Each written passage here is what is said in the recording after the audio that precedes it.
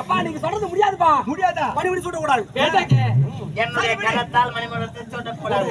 அதானா பரவாயில்லை. அவசரே ஏதோ சின்ன சிறிய பிள்ளைகள் தெரியாமல் அறியாமல் புரியாமல் ஏதோ பேசி விட்டார்கள். பெருசா கெடுக்க கூடாது. நான் மனசார நினைக்கவே மாட்டேன். அதான் சொல்றேன். ராஜா என்னுடைய கரத்தினாலே மணிமுடி சூட்ட.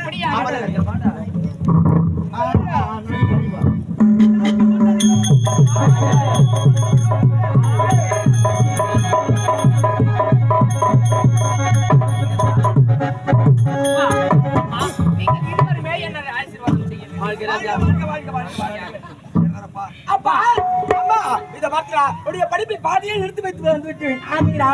படிப்பை முடித்து விட்டு நான் திரும்ப ஆக வருகிறேன். சென்று சீக்கிரமாக புறப்பட்டு வா. இளவரசர் தங்கள் மீது எனக்கு கோபம் என்பது வருமா?